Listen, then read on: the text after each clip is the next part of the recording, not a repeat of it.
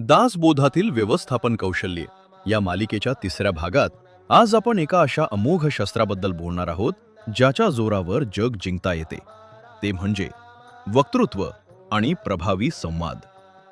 समर्थ रामदास स्वामी म्हणतात की जो उत्तम बोलतो तोच लोकांच्या मनावर राज्य करू शकतो.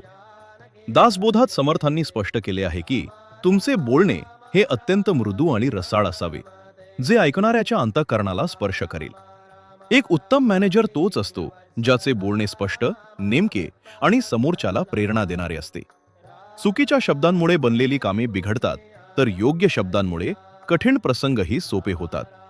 समर्थांच्या मते दुसऱ्याचे मन राखणे हे सर्वात मोठे संवाद कौशल्य आहे. बोलताना समोरच्याचा अपमान होणार नाही आणि तुमचा मुद्दा प्रभावीपणे मांडला जाईल याची काळजी घेणे म्हणजे उत्तम कम्युनिकेशन होय.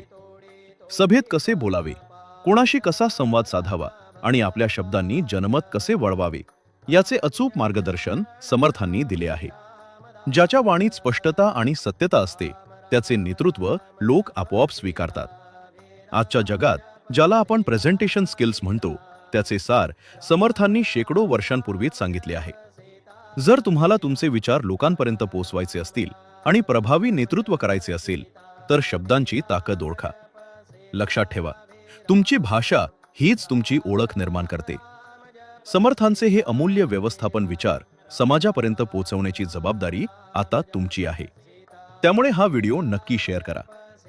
जय जय रघुवीर समर्थ. जय श्रीराम.